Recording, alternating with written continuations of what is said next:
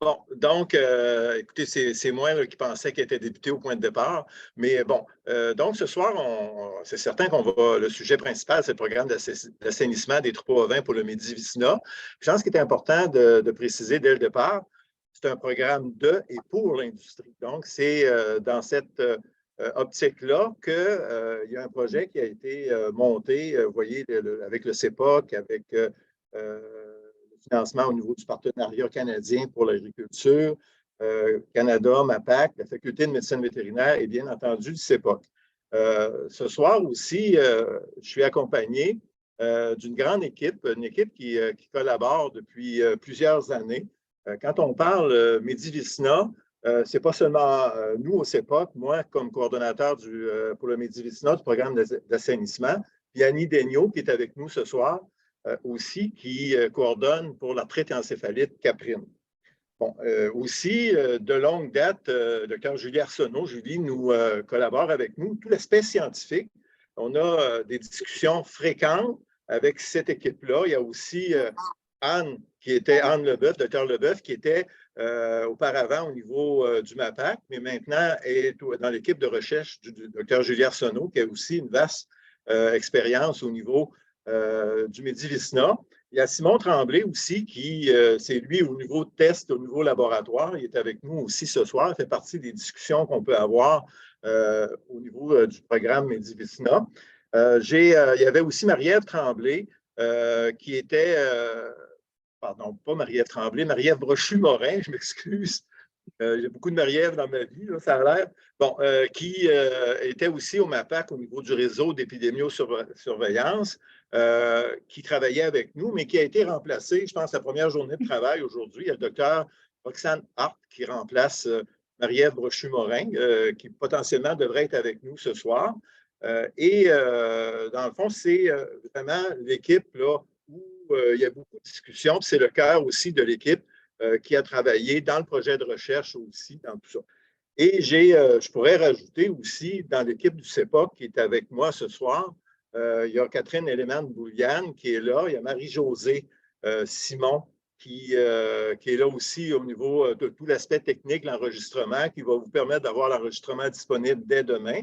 Il y a aussi notre technicienne en santé animale qui est dans l'assistance, Marie-Claude Italien.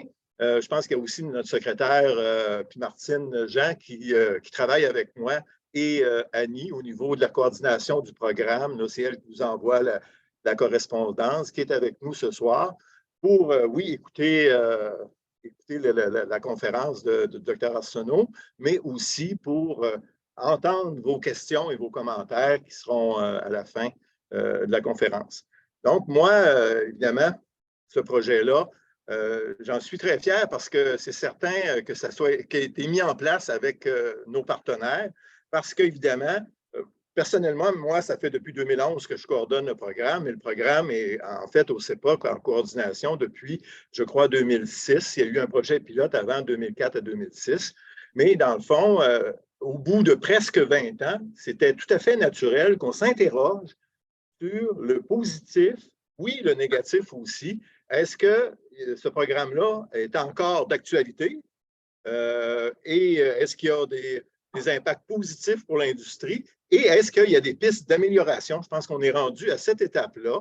Et c'est ce projet de recherche-là qui va nous permettre justement d'y aller, je dirais, plus à fond. Puis dans les objectifs du projet, je pense qu'il est important de nommer, c'est documenter l'évolution du nombre d'adhérents, écrire la durée d'obtention de statut et la persistance du statut, documenter l'impact sur les performances zootechniques, parce qu'il faut bien que, oui, ça a un aspect positif, mais quel est-il? Est-ce qu'il y a vraiment une augmentation de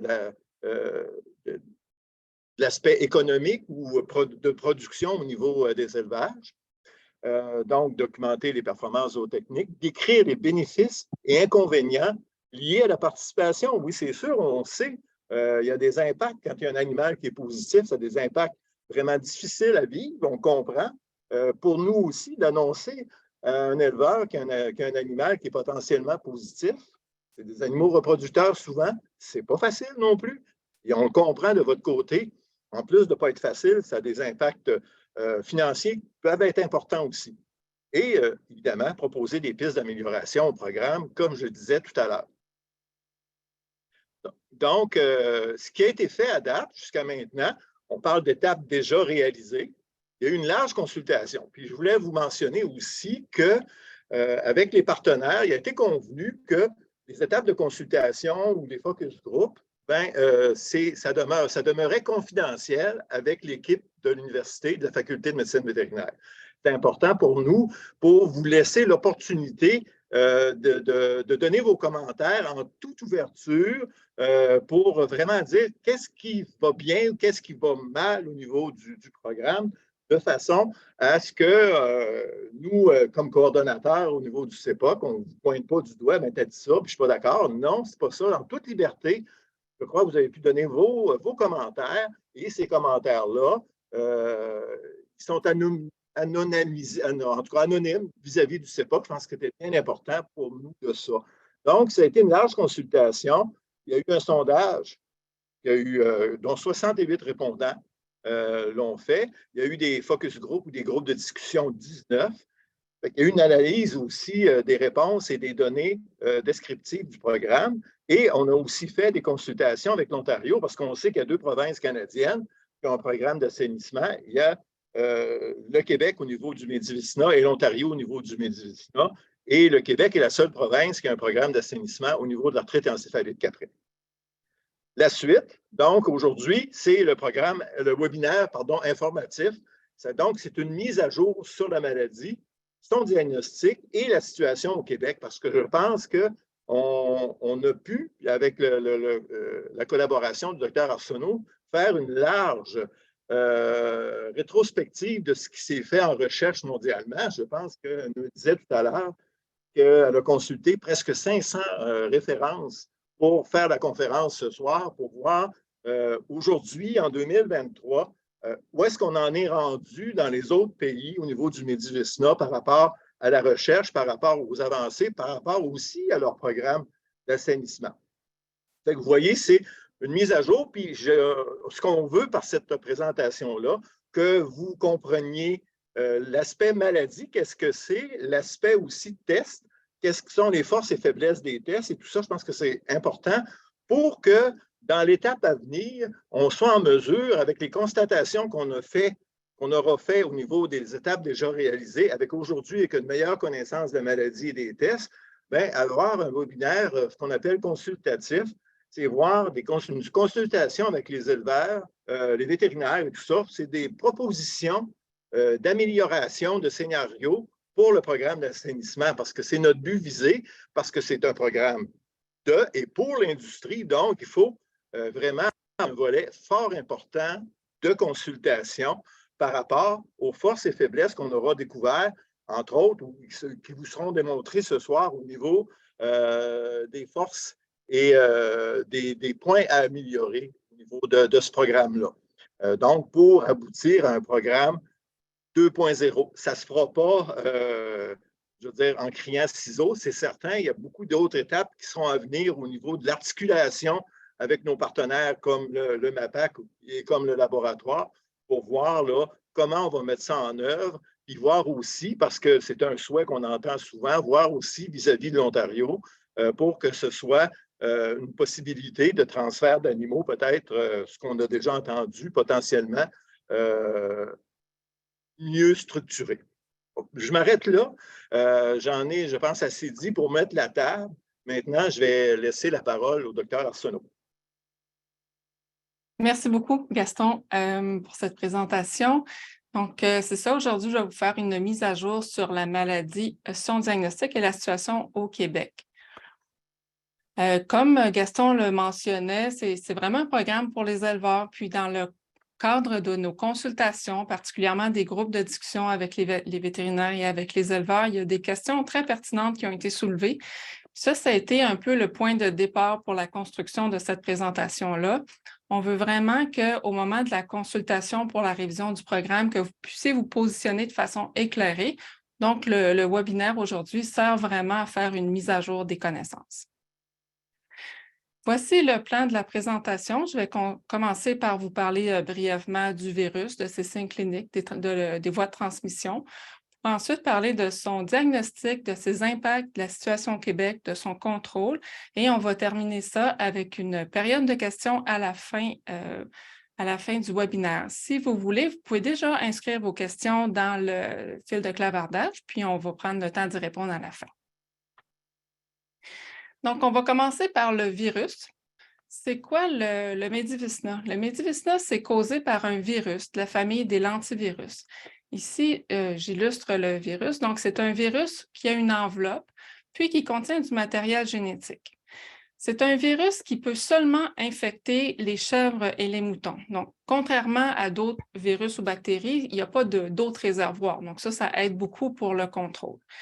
Les animaux vont s'infecter via les muqueuses, c'est-à-dire soit en ingérant le virus ou soit en le respirant ou potentiellement aussi par la conjonctive. Donc, une fois que le virus entre dans le corps de l'animal, il va se diffuser à travers le sang. Donc, il y a une première période où est-ce que le virus va être en plus grande quantité jusqu'à temps qu'il soit maîtrisé par le système immunitaire. Qu'est-ce qui fait le virus? Il va se coller aux cellules qu'on appelle des monocytes, qui sont des cellules du système immunitaire qui circulent dans le sang. Une fois collés à ces cellules-là, ils vont entrer à l'intérieur de la cellule. Vous voyez, le virus entre dans la cellule du sang, perd son enveloppe, puis il va, à l'aide d'une enzyme qu'on appelle la transcriptase inverse, il va intégrer son propre matériel génétique au matériel génétique à l'intérieur même de la cellule. À partir de ce moment-là, le virus devient caché pour le système immunitaire, ce qui va lui permettre de se diffuser à l'intérieur de plusieurs organes. Quand la cellule mature, donc, en fait, le virus va se servir de toutes les structures à l'intérieur de la cellule pour se répliquer, donc pour se multiplier. Puis, il va ensuite sortir de la cellule. Il ne tuera pas la cellule, il va seulement se servir de la cellule pour se multiplier et il va se retrouver encore à l'extérieur de la cellule, dans le sang, dans les organes pour continuer son chemin. Ce qu'il faut savoir, c'est que l'enzyme qui sert au virus pour intégrer le code génétique est une enzyme qui ne fonctionne pas très bien, qui se trompe souvent. Comme elle se trompe souvent, elle fait des erreurs, ce qui fait que le code génétique est souvent un peu différent. On appelle ça des mutations, ce qui fait que le virus, il va avoir plusieurs variantes, il va avoir plusieurs différences. On appelle ça des variants. Il n'est pas toujours pareil. Donc, il y a vraiment une grande diversité génétique, ce qui fait en sorte que le système immunitaire, comme c'est tout le temps des nouveaux variants, il y a de la misère à s'adapter puis il y a de la misère à le combattre. Donc, ça, c'est pour le virus. Changer ma diapo. Est-ce que le virus peut survivre longtemps? Pas tellement. En fait, dans un milieu qui va comporter du matériel biologique qui va contribuer à sa survie, on dit qu'il y a 90% du pouvoir infectieux du virus qui va être perdu au bout d'à peu près 15 minutes d'exposition à 50 degrés, environ une journée à 37 degrés, un peu plus longtemps, à 9 jours et 4 mois, mais il faut faire attention ici parce que ce sont des résultats d'une étude qui a été faite dans les années 60, alors que les techniques de laboratoire n'étaient pas aussi avancées. Puis, avec l'avancement des connaissances, on remet un peu en doute cette survie-là. Ça ne semble pas être capable de survivre aussi longtemps que ça, mais ça reste difficile à quantifier parce que ce n'est pas beaucoup étudié. Le virus va comporter une enveloppe.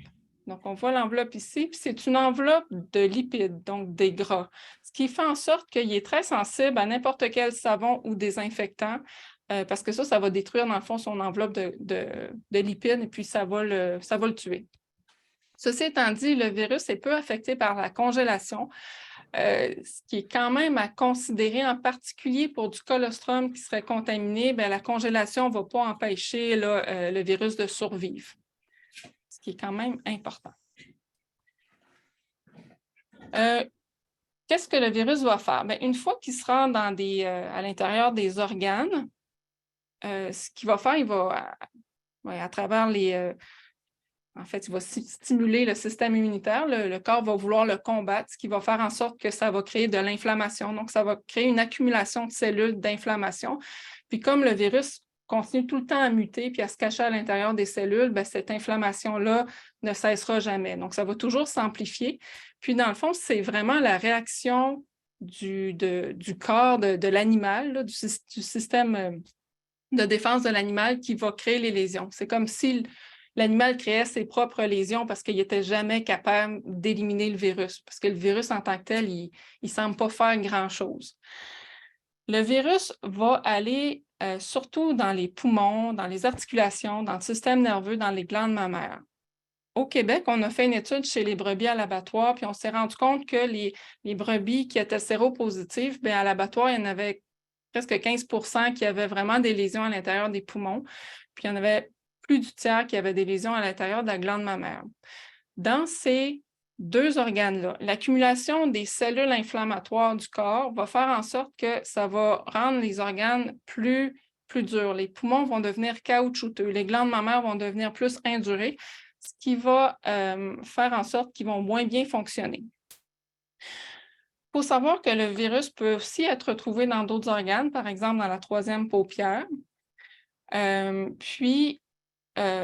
fait, une fois l'animal infecté, souvent, il va se passer 1 an, 2 ans, 3 ans, voire même plus avant que les premiers signes cliniques apparaissent. C'est vraiment une maladie qui se développe lentement. Et puis, à peu près le tiers des animaux qui sont infectés qui vont finir par développer des signes cliniques de la maladie. Une fois les signes cliniques développés, bien, la maladie va vraiment toujours être mortelle. Peut-être vous dire que selon la souche ou le génotype du virus, là, parce qu'il y a vraiment une grande diversité génétique dans ce virus-là, bien, certaines souches vont avoir une préférence pour les poumons ou pour la glande mammaire, le système nerveux ou les articulations. Il y a 20 ans, ce qu'on voyait au Québec, c'est surtout des lésions dans les poumons et la glande mammaire, mais plus récemment, on sait que le virus a muté aussi, ou c'est combiné avec le virus qu'on voit chez les chèvres, là, le virus de l'arthrite encéphalique caprine. Puis on voit de plus en plus des cas d'articulation gonflée, ou on a même vu des cas là, de maladies nerveuses là, chez des moutons. Donc, le portrait clinique semble évoluer avec les années. Il y a plusieurs modes de transmission potentiels qui ont été discutés dans la littérature. On va les voir un après l'autre brièvement. Donc, le premier mode qu'on va voir, c'est le mode de transmission in utero ou par transfert d'embryon. Transmission in utero, c'est quand une mère est infectée, donc quand la brebis est infectée et qu'elle va transmettre le virus au fœtus, puis dans le fond, l'agneau va naître déjà infecté. Il semble y avoir entre 5 et 10 de chances que le virus soit transmis de la mère au fœtus. Cette transmission-là arriverait surtout en fin de gestation. Parce qu'en début de gestation, l'embryon ne survivra pas à cette infection-là. Dans d'autres études, on parle d'une transmission quasi nulle in utero. Ça semble possiblement être associé à l'état clinique de la brebis. C'est-à-dire que plus une brebis a beaucoup de virus, une grande virémie, ou plus elle est atteinte, en fait, mais plus elle aurait de chances de le transmettre à son agneau. Il faut savoir que quand les agneaux sont infectés à l'intérieur avant leur naissance, ces agneaux-là vont finir par développer des anticorps, là, puis être détectables au courant de leur vie après la naissance, contrairement à d'autres maladies où est-ce qu'il y a ce qu'on appelle les immunotolérants. Ce n'est pas le cas pour le médivis, ça n'a jamais été décrit. Donc, un animal infecté par le virus pendant in utero ou après sa naissance va finir normalement par développer des anticorps.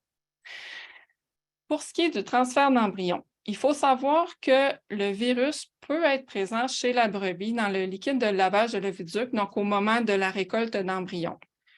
Cependant, si les protocoles internationaux standardisés sont suivis pour le lavage des embryons et que l'embryon est bien intact, ça ne semble pas poser de risque. Il n'y a jamais eu, en fait, de cas rapporté de transmission par du transfert d'embryons. Puis, dans une étude là, où est-ce qu'ils ont regardé 15 embryons de brebis séropositives qui ont été bien lavés, tout ça, il n'y avait pas non plus de présence du virus à l'intérieur des embryons. Donc, ça semble un mode de transmission qui est quand même peu probable, quoique les données il n'y a pas beaucoup de données là, pour se positionner. Pour ce qui est de la transmission par la semence, il faut savoir que le virus est souvent présent dans la semence, mais de façon intermittente, ce qui fait en sorte qu'il est quand même assez difficile à détecter. Dans une étude qui a été réalisée aux Pays-Bas à partir de 10 béliers de race Texel qui étaient tous positifs à l'ELI-test, qui est le test qu'on utilise au Québec, bien, eux, ces béliers-là ont été suivis pendant une période de 6 mois. Puis à l'intérieur des 6 mois, chaque bélier a été testé à intervalles réguliers, entre 2 et 9 fois par bélier. Le virus a été détecté dans la semence de 90%, donc 9 béliers sur 10, mais pas à tous les tests. L'excrétion était vraiment intermittente, puis la majorité des béliers étaient positifs au milieu de la saison de reproduction, au moment où ils sont soumis à un plus grand stress. C'est quand même important de le considérer, ça pose quand même des questions. Dans une autre étude qui a été faite en Espagne, il y avait aussi 3 sur 15 béliers qui étaient positifs au Medivacina dans leurs semences. Ceci étant dit, il n'y a eu aucun cas documenté de transmission par la semence. Très peu de données sont disponibles. Toutefois, il y a une étude où est-ce qu'il y a vraiment 19 brebis négatives qui ont été inséminées avec la semence de bélier infecté, puis il n'y a eu aucune transmission de rapportée. Mais la semence, quand ils ont testé dans la semence, ils n'ont pas pu détecter non plus le virus. Donc, est-ce que c'était tout simplement des échantillons de semences qui n'étaient pas contaminés? On ne le sait pas. Donc, c'est questionnant, c'est quand même préoccupant. Ça ne semble pas si fréquent que ça, mais bon. Ce qu'il faut savoir aussi, c'est que les béliers qui sont co-infectés par d'autres choses, donc il y aurait une inflammation ou une infection au niveau du système reproducteur, seraient beaucoup plus à risque d'avoir du virus dans leur semence, puis en quantité plus grande aussi. C'est particulièrement le cas pour les infections à Brucella ovis qui causent l'épididymite contagieuse que, à ma connaissance, on n'en a pas au Québec. Maintenant, pour ce qui est de la transmission environnementale, il n'y a aucune preuve documentée, à ma connaissance, de transmission suite à un contact avec soit un bâtiment contaminé, une clôture contaminée, un pâturage contaminé, de l'équipement de ferme partagé ou encore du matériel vétérinaire. Ceci étant dit, pour le matériel vétérinaire, pour ce qui est des aiguilles, quand les aiguilles sont partagées, il faut quand même faire attention parce que, il faut savoir que dans la littérature, j'ai juste vu une étude où est-ce qu'il y avait une brebis positive qui ont pris une aiguille, puis ils ont réinjecté ensuite de façon successive à des brebis négatives. Il n'y a pas eu de transmission, mais ça reste un cas, un seul cas étudié. Ça n'a pas été plus étudié que ça. Il faut savoir que le virus du Medivacina est très proche du virus du sida. Donc, ils appartiennent à la même famille de virus, puis on sait très bien que le virus du sida peut être transmis par des aiguilles partagées. Donc, c'est quand même un risque potentiel. Dans l'environnement, il y a une étude qui s'est intéressée aux échantillons dans les abreuvoirs à l'intérieur des bergeries, puis s'est rendu compte que 9% des 65 échantillons d'eau qui ont testé étaient positifs. C'est très probable que c'était un troupeau qui était fortement infecté, donc c'est probablement tout simplement le virus qui a été déposé dans les échantillons d'eau. Est-ce que ces échantillons d'eau-là posent un risque pour la contamination des autres animaux? Ça n'a pas été démontré. On ne le sait pas vraiment. Ceci étant dit, en Islande, il y a eu quand même une grosse éclosion de Medivacina il y a longtemps. C'est ça qui a motivé toutes les recherches qui ont été faites ensuite sur le Medivacina et son contrôle. Eux, il y avait des troupeaux avec des moutons qui avaient des signes cliniques de Medivacina, quand même pas mal d'infections, puis ils ont décidé, eux, d'éradiquer. Au moment d'éradiquer, ils dépopulaient complètement les élevages, puis ils les repopulaient au bout d'1 à 2 semaines avec des moutons non infectés. Et dans la majorité des cas, ils ne désinfectaient pas les bergeries, puis les moutons avaient accès aussi au même pâturage que les moutons qui étaient anciennement, les premiers moutons infectés. Puis, il n'y a eu vraiment aucun cas de recontamination de ces élevages-là, ce qui signifie, en quelque part, que le risque est probablement assez faible pour ce qui est de la transmission environnementale. Transmission par le lait et le colostrum, c'est important. La glande mammaire, c'est un organe cible, donc c'est un des organes dans lequel le virus va se loger en priorité. On sait aussi que le virus a été isolé du colostrum et du lait. Il y a peu d'études, mais elles sont quand même assez convaincantes. Entre autres, une étude ici là, qui a été réalisée où est-ce que le tiers des échantillons de colostrum de brebis séropositives, on voyait du virus en bonne quantité. Même chose pour des échantillons de lait, donc 8 sur 8 là, de brebis séropositives. Il faut savoir que la transmission via le colostrum et le lait est vraiment maximale dans les premiers jours de vie de l'agneau. Pourquoi? Parce que c'est à ce moment-là où est-ce que l'intestin est le plus perméable pour laisser passer les anticorps maternels. Sauf que l'intestin ne laisse pas passer que les anticorps, mais laisse aussi passer le virus. Donc, c'est vraiment une période qui semble à très haut risque là, pour la contamination de l'agneau. Ici, j'ai une étude que je vais vous présenter, là, que je trouvais quand même intéressante. C'est une étude qui a été réalisée en Espagne chez des moutons laitiers à l'intérieur d'une bergerie qui était quand même très bien ventilée. Là. On parle d'une bergerie en Espagne. Puis, dans cette étude-là, eux, ils suggèrent que le colostrum représenterait vraiment un risque très important, plus que le risque en fait, de transmission entre les animaux. Donc, ce qu'ils ont fait, il y avait des groupes d'agneaux. Ils ont mis des groupes d'agneaux dans différentes conditions, puis ils ont regardé au bout de 10 mois si ces agneaux-là étaient devenus séropositifs ou pas.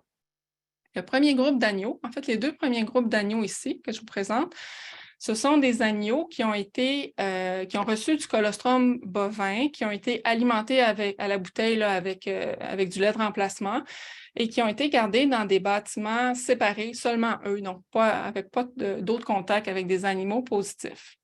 La seule différence entre ces deux premiers groupes-là était que dans un cas, la mère était séropositive, dans l'autre cas, la mère était négative. Puis, ce qu'on peut voir, c'est que chez ceux qui étaient nés de mère négative, il y en a seulement 3 à la fin qui étaient positifs. Et ceux nés de mère positive, il y en a 5 Bon, ce qui peut suggérer qu'il y a quand même peut-être eu là, ici quelques cas de transmission par la mère pendant la gestation.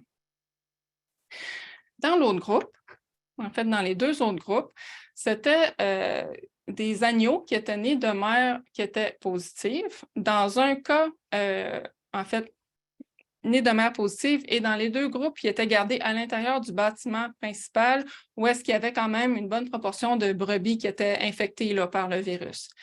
La seule différence entre ces deux groupes-là, bien, dans un cas, ils recevaient du colostrum de leur mère et du lait de leur mère, donc ils étaient vraiment allaités normalement.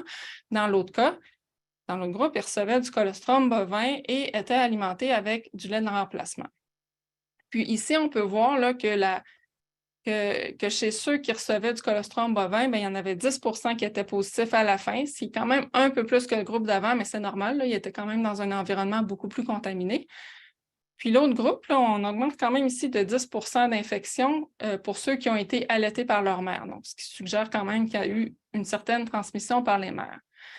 Puis finalement, le troisième groupe et le quatrième, en fait, c'est ces deux derniers groupes-là qui sont vraiment intéressants. Bien là, on parle d'agneaux nés de mères positives qui ont été élevés dans des bâtiments complètement séparés, élevés avec des bouteilles, en fait, du lait de remplacement. Donc, la contamination ne venait pas ni de l'environnement ni de la lactation, mais qui ont reçu du colostrum ovin en bouteille. Donc, ce n'était pas spécifié dans l'étude. C'est sûr que ce n'était pas du colostrum thermisé, là, mais c'était probablement du colostrum poulé de plusieurs brebis. Dans un cas, ils en ont reçu une grande quantité. Dans l'autre cas, ils en ont reçu une quantité plus normale. Puis, chez ceux qui ont reçu une très grande quantité de colostrum poulé, bien, on voit qu'ils sont positifs à 70 à la fin. Les autres sont positifs à 40 Donc, on voit que c'est vraiment ce groupe-là qui était le plus infecté, puis ça semble vraiment provenir d'une transmission par le colostrum. Transmission par les aérosols maintenant. On sait que les poumons, c'est un autre organe qui est très ciblé par le virus. Là. Puis, ici, dans une étude en Espagne, c'est quand même intéressant. Ils ont regardé est-ce que le virus peut se retrouver dans l'air des parcs, dans une bergerie. En fait, il y avait un genre d'appareil. Il allait dans le parc à la hauteur des moutons, puis c'est un genre d'aspirateur qui aspire l'air et qui regarde à l'aide d'une membrane si le virus se retrouve là. Dans les parcs de réforme, donc ils ont testé l'air de 46, l'air ambiant de 46 parcs de réforme, puis ces moutons-là avaient tous des signes respiratoires. Dans 35 des échantillons d'air testés, le virus était là. contrairement à 1 des échantillons d'air dans les parcs commerciaux là, qui appelaient donc des moutons en santé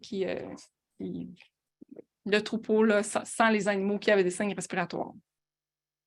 Ils ont aussi pris des échantillons d'air à 5 à 15 cm des narines des moutons, sans toucher les moutons, pour voir si l'air qui était excrété directement par le mouton était contaminé. Puis, environ 20 des échantillons d'air qui sortaient des moutons contenaient le virus, et ce, que le mouton ait des signes respiratoires ou pas. Puis, il y avait à peu près 35 des moutons, parce qu'il y a eu des échantillons là, qui ont été pris plusieurs fois chez le même mouton, qui avaient au moins un échantillon d'air positif. Il faut savoir que c'est vraiment le contact avec de l'air qui vient des poumons. Ce n'est pas les voies respiratoires supérieures, ce n'est pas le nez, ce n'est pas des contacts nez à nez qui semblent être impliqués, mais plus des contacts avec de l'air qui vient des poumons, parce que c'est vraiment l'intérieur des poumons qui est infecté.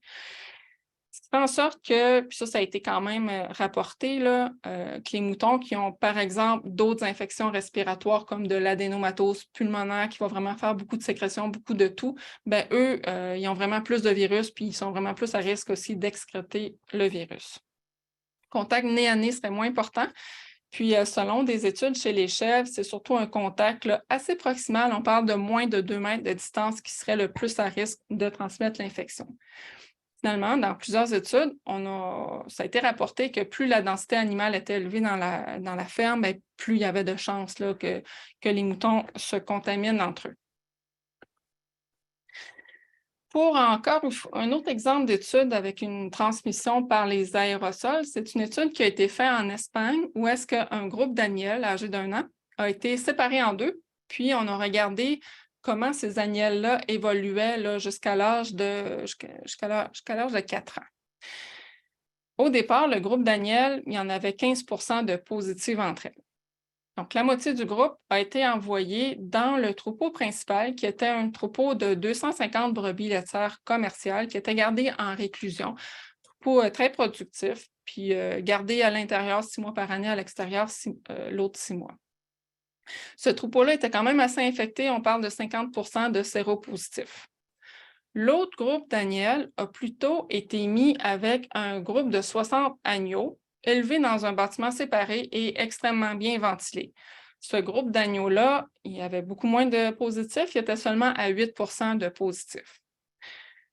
Au bout des 4 ans, ils ont regardé les agnelles, qu'est-ce qui s'était passé, puis celles exposées au troupeau, celles en fait qui vivaient dans le troupeau commercial, là, ben, ça a augmenté jusqu'à 57 positifs. Donc, il y avait pratiquement 4 fois plus de positifs à la fin de l'étude, alors que dans le groupe qui était gardé là, avec le groupe d'agneaux dans la bergerie très bien ventilée, ben, eux, il n'y a pas eu de cas de positifs de plus. Là. Ils ont maintenu leurs 15 de positifs. Évidemment, ce n'est pas des animaux qui étaient allaités, là. Ils étaient tous sevrés, puis les auteurs concluent que c'est vraiment l'exposition à l'environnement. Plus l'environnement est contaminé, puis plus la densité animale est élevée, bien, plus il y a de chances que les animaux deviennent positifs. Ici, intéressant, est-ce que la distanciation sociale, qui est un nouveau mot qu'on utilise maintenant, chez les moutons, pourrait guérir les troupeaux du Médivista?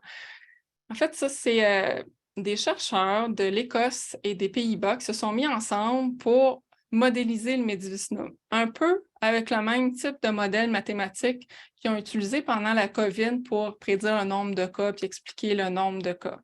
Donc, assez intéressant. Puis, ce qui est intéressant, c'est qu'ils se sont aussi servis de données réelles qui ont été prélevées en ferme. Donc, il y a certains troupeaux où est-ce qu'on a des données répétées chez les mêmes animaux dans le temps. Donc, ils ont pu voir que leur simulation collait bien sur les données en ferme. Donc, ça donne quand même une certaine crédibilité à leur modèle mathématique. Ce qu'ils se sont rendus compte, c'est qu'il y avait vraiment une transmission négligeable au pâturage et que la transmission était 1000 fois plus élevée en confinement. Donc, eux ont suggéré que si les moutons étaient envoyés à l'extérieur, gardés sur des très grands pâturages en mode extensif, ben, le virus finirait par un peu s'éliminer de lui-même ou du moins atteindre une prévalence qui est très faible. Puis ça, c'est un peu supporté. En fait, c'est supporté par une étude qui a été réalisée en Espagne, où est-ce que, bon, les troupeaux, ils n'ont pas vraiment été choisis au hasard. Là, on peut se poser des questions sur leur représentativité, mais c'est quand même assez parlant. En Espagne, dans en tout cas, une des régions de l'Espagne, ils ont regardé chez 10 troupeaux laitiers de race ASAF qui sont vraiment, eux, en élevage très intensif. Puis à l'intérieur de ces troupeaux-là, 77% des moutons étaient séropositifs. Ils ont aussi regardé chez 5 troupeaux laitiers qui sont plus en mode semi-extensif, donc une partie en réclusion, une partie à l'extérieur. Où est-ce que, et dans ces troupeaux-là, il y avait 25% des moutons qui étaient séropositifs, qui ressemble un peu à la situation au Québec. Et finalement, il y avait 23 troupeaux à viande qui étaient des troupeaux en mode très, très extensif, où est-ce qu'on trouve seulement 5% de positivité. Donc, ça suggère vraiment que plus l'élevage est intensif en réclusion, plus il y a de chances que le virus se transmette. C'est aussi ce à quoi là, on s'attend. Il faut aussi savoir qu'il n'y a à peu près pas de Medivicina dans des pays qui font de l'élevage extensif. Puis ça, c'est particulièrement intéressant en Australie parce qu'en Australie, il n'y a pas de Medivicina chez les moutons, mais il y a de l'arthrite encéphalite caprine chez les chèvres. Puis on sait que les deux virus, les deux virus appartiennent au groupe qu'on appelle là, les lentivirus des petits ruminants. C'est des virus qui vont même muter, là, qui vont même se recombiner entre eux, là, ils sont très près. Donc, c'est assez surprenant qu'il n'y en ait pas. Puis ça, les auteurs l'expliquent par le fait que les moutons sont vraiment en élevage très extensif en Australie. Même chose, Nouvelle-Zélande, il n'y a pas de Medivicina. Patagonie, non plus, il n'y a à peu près pas de Medivicina. Ou quand il y en a, c'est en très faible pourcentage. On peut voir ici, c'est une étude très récente, en fait, qui vient de sortir sur le pourcentage de moutons infectés par le virus du Medivicina dans différents pays dans le monde. Puis on peut voir ici au Canada, on est à 19%. Puis c'est surtout l'Ontario et le Québec qui ont des prévalences plus élevées. Dans l'Ouest, la prévalence est moins élevée. États-Unis, 25%. Puis ensuite, quand on va plus vers le sud, là, ici, c'est vraiment des pays, Patagonie est ici, où est-ce qu'ils font plus de l'élevage extensif, il y a vraiment moins de Medivicina. En Europe, plusieurs pays vont se comparer au Québec, sauf en fait en Scandinavie où est-ce qu'il y en a vraiment beaucoup moins de Medivicina. Finalement, Afrique, peu de Medivicina. Puis, en fait, le pire pays au monde, c'est la Grèce, où est-ce qu'il y a 2/3 des moutons sont infectés.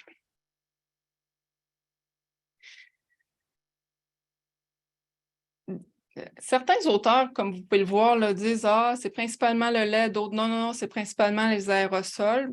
Est-ce que c'est le lait? Est-ce que c'est les aérosols? Sur quoi on devrait mettre les efforts le plus? C'est une excellente question. C'est possible que ça soit aussi une question de souche virale. On sait que l'enveloppe du virus, en fait, diffère, puis on sait que certains variants du virus vont avoir une affinité plus grande pour les poumons, d'autres plus grandes pour la glande mammaire, d'autres plus grandes pour le système nerveux. Donc, c'est très possible qu'il y ait un rôle joué par le virus aussi.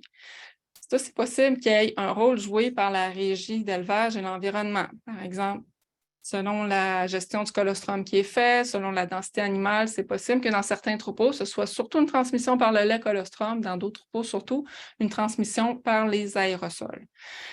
Au Québec, je trouvais ça intéressant de vous le présenter. C'est des données, en fait, ça qui date de 1999, juste avant que le programme démarre. Puis, on a échantillonné des moutons. Puis, on a regardé la prévalence des moutons selon leur âge. On peut voir qu'à 1 an, il y avait 20% de séropositifs. À 2 ans, ça augmente. 3 ans, ça augmente. 4 ans, on atteint pratiquement 50% de positifs.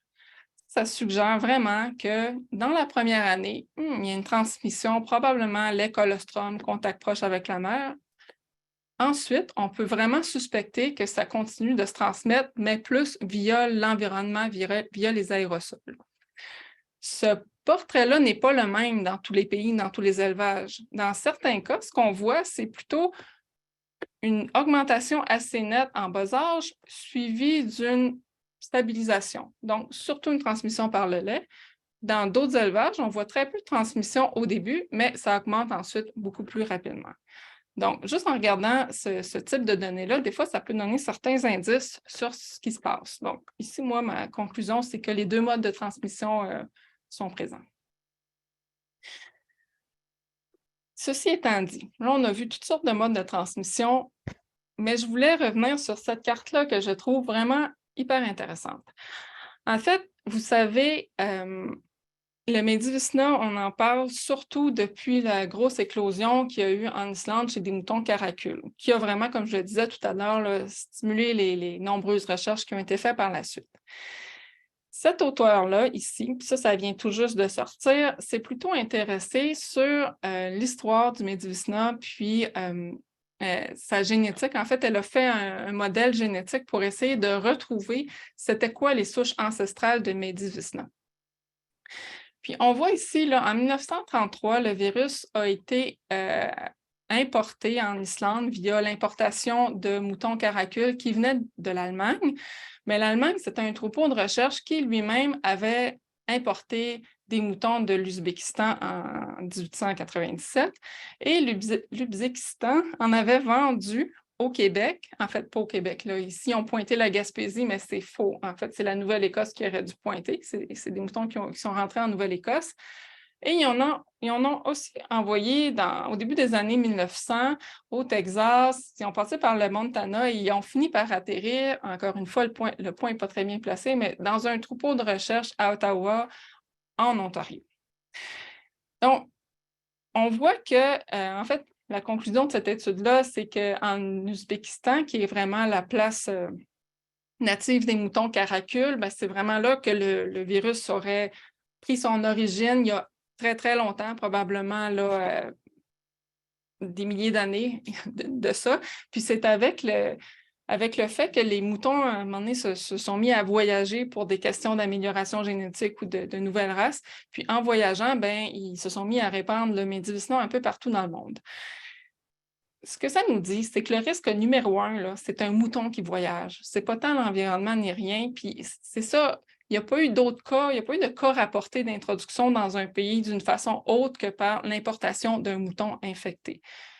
C'est à retenir aussi pour les élevages. Un élevage négatif, son plus grand risque de réintroduire le virus et de loin, c'est vraiment par l'importation, pas l'importation, mais l'introduction d'un mouton infecté d'un autre élevage. C'est ce que je voulais vous dire ici. Diagnostic du Medivicina maintenant. Il y a deux grands tests qui sont surtout utilisés, deux grands types de tests qui sont utilisés pour le dépister, soit les tests ELISA et les tests PCR. Le test ELISA, c'est un test qui détecte des anticorps. C'est quoi des anticorps? C'est en fait, quand le virus entre dans l'organisme, ben, il va être reconnu par des cellules du système immunitaire qu'on appelle des lymphocytes, qui sont différentes des cellules qui sont infectées par le virus. Ces lymphocytes-là vont produire des anticorps qui vont se coller au virus pour le neutraliser et le tuer. Donc, ces anticorps-là, c'est ce qu'on détecte, c'est la réponse immunitaire qu'on détecte avec le test ELISA. Puis, la capacité de détecter les anticorps va vraiment dépendre de la réponse immunitaire de l'animal, puis de notre capacité à faire un test qui détecte les bons anticorps. Il y a aussi le PCR. Le PCR, lui, il va détecter réellement là, le code génétique là, du virus.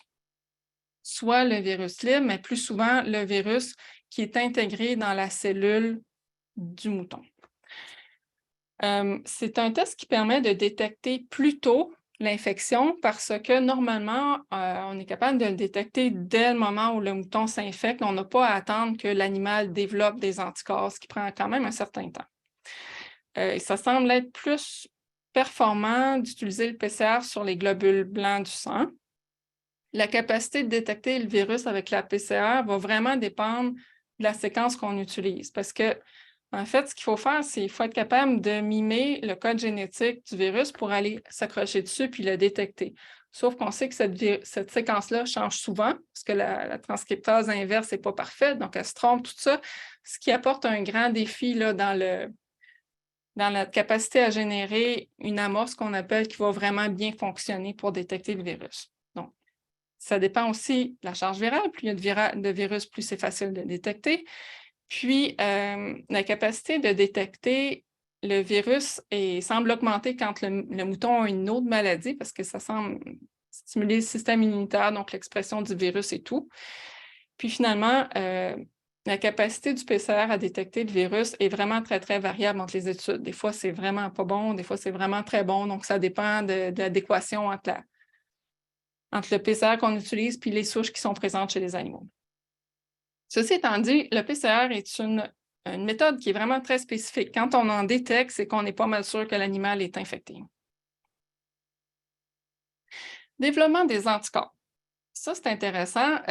Ça prend combien de temps avant que les anticorps soient présents et détectables chez l'animal? Parce qu'on sait que plus tôt on est capable de le détecter, bien mieux c'est dans le cadre d'un programme.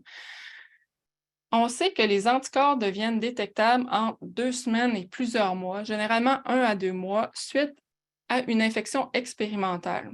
La majorité des études, c'est des infections expérimentales parce qu'on est capable à ce moment-là de savoir à quel moment le mouton est devenu infecté parce que c'est le chercheur qui l'infecte. Donc, si on regarde le graphique, donc ici à gauche, ce sont des brebis qui ont été infectées expérimentalement. Chaque ligne représente une brebis avec ici son ratio SP. Ratio SP, c'est un indicateur de la quantité d'anticorps qu'il y a dans son sang. La ligne noire ici en assuré représente le seuil de détection. Pas le seuil de détection, mais le seuil de positivité. C'est-à-dire que si une brebis a une valeur de SP en haut de 50, bien, son test est positif à l'ELISA. En bas de 50, son test est négatif. Puis ici, c'est le nombre là, de semaines après l'infection, donc en 2 semaines et 14 semaines. Ce qu'on peut voir, c'est que les moutons, ils ne sont pas tous pareils. On a d'abord le mouton gris, qui, lui, c'est un champion. Il est positif à son test ELISA après 2 semaines. Oups, vous voyez, il vient positif hyper vite. Son taux d'anticorps diminue, par contre, il devient, borderline négatif, mais bon, ça remonte ensuite, devient positif, puis là, il se stabilise. Le mouton vert a un peu aussi ce profil-là. Par contre, on en a, par exemple, le mouton bleu qui est vraiment pas super vite. Lui, il ne se passe rien, il ne se passe rien. À 10 semaines, il ne se passe toujours rien. À 12 semaines, il commence à avoir un peu d'anticorps, puis devient détectable seulement après 14 semaines. Vous voyez, ça dépend des moutons. Ici, on voit chez les brebis non infectées, la majorité du temps, ce qu'on va voir, c'est des valeurs très faibles. Dans ce temps-là, on ne se pose pas de questions, c'est négatif. Mais des fois, vous voyez ce mouton-là, au début, borderline positif, il dépasse un peu la ligne noire, se restabilise ensuite et devient négatif. Donc, vous voyez, ce n'est pas nécessairement noir ou blanc, ça fluctue le taux d'anticorps. Ce n'est pas parce que l'animal, comme si le vert, là, vous voyez, il est positif, il devient négatif, il va sûrement redevenir positif dans le temps. Donc, c'est pas... c'est de la biologie ici. Là. Il y a tout le temps une fluctuation qui est naturelle. Ce que je vous ai présenté, c'est le développement d'anticorps lors d'une infection expérimentale. Infection expérimentale, on injecte le virus à l'animal. Donc, la plupart du temps, c'est une bonne infection pour être sûr qu'il soit infecté. Dans le cadre d'une infection naturelle, en particulier quand le mouton est exposé à une dose plus faible, et on le sait moins là, parce que c'est assez difficile à étudier, mais le modèle mathématique que je vous ai présenté tout à l'heure s'est aussi penché sur la question. Puis d'après les résultats de ce modèle-là, ben, chez des animaux en santé, les anticorps deviendraient détectables après 4 à 18 mois, ce qui est quand même beaucoup plus long que lors d'une infection expérimentale. On parle d'une moyenne de 8 mois. C'est long.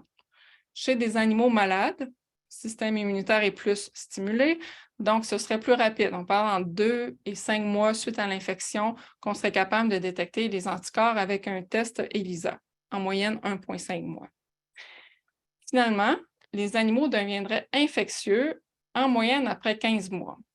Infectieux, ça veut dire que, bon, l'animal a été infecté, il multiplie son virus, tout ça, puis là, à partir d'un certain stade où est-ce qu'il est assez infecté pour transmettre suffisamment de virus pour en contaminer un autre.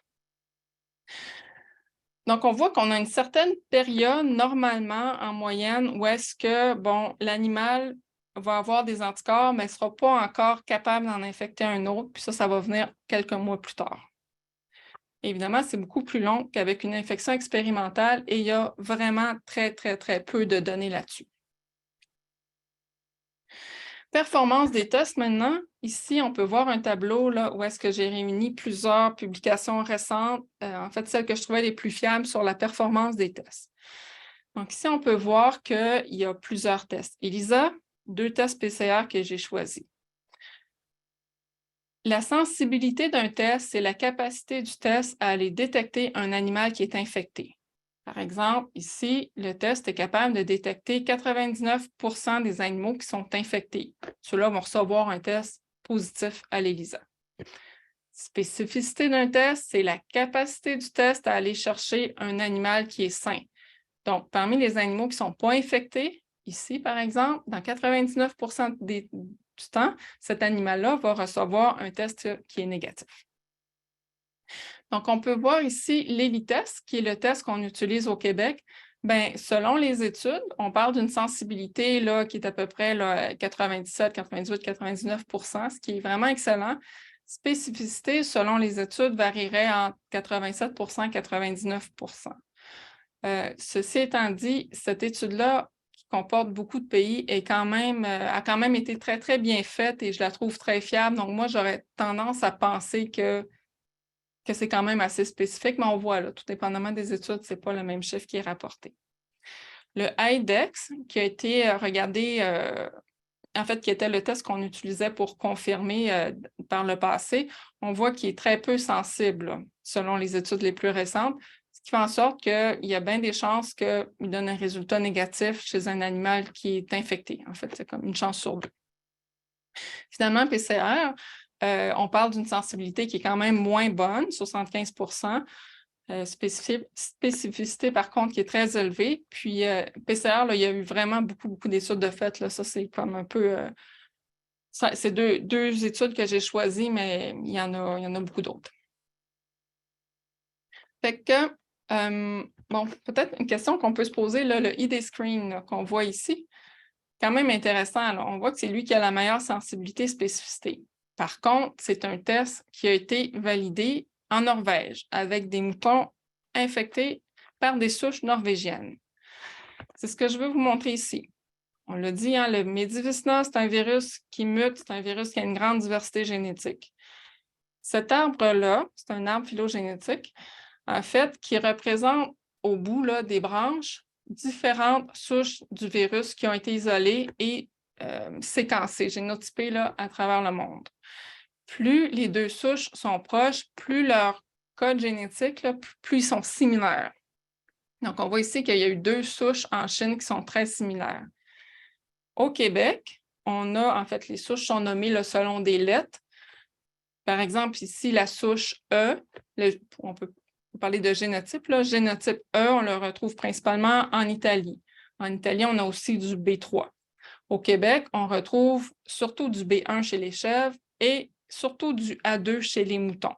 Le A2 est aussi ce qu'on retrouve aux États-Unis. Donc, on a des souches qui sont proches de celles des États-Unis. Norvège, chez le pays où est-ce que le IDVET a été testé, c'est la souche, en fait, le génotype C, qui est complètement différent des autres. Est-ce que ça veut dire que ce test-là fonctionnerait bien au Québec? Peut-être. Il faudrait le tester, en fait, pour le savoir. On n'a pas nécessairement de garantie. Donc, l'ELITest, c'est un test qui est excellent, hein, quand on compare aux autres tests, mais c'est un test qui reste imparfait. Donc, si on prend l'exemple d'un troupeau de 500 moutons qui partirait avec 20% d'animaux qui sont réellement infectés par le virus, qu'est-ce que ça donne concrètement, ça? On peut le mettre dans un tableau. C'est ce que j'ai fait ici. Donc, si on a 500 moutons, je vais mettre mon total de 500 moutons ici. 500 moutons, j'en ai 20% de positifs, donc je vais mettre ici 20% de 500, donc ça me donnerait 100 animaux qui sont réellement positifs au Medivisna, vous voyez ici, et 400 qui sont réellement négatifs au Medivisna. Je teste, en fait, MV positif, MV moins, c'est vraiment le statut réel de l'animal, s'il est vraiment infecté ou pas. Je teste ces moutons-là avec un ELITest. Bien, j'ai une sensibilité de 98 %. Ça veut dire qu'il y a 98 % de mes 100 moutons réellement infectés qui vont être détectés par l'ELITEST comme ayant un test positif. 98 moutons qui devraient avoir un test ELITEST positif, 2 qui vont avoir un test négatif. Si la spécificité est de 95 %, bien, ça veut dire qu'il y a 95 % de mes 400 moutons qui sont réellement négatifs qui vont recevoir un test négatif, donc 380.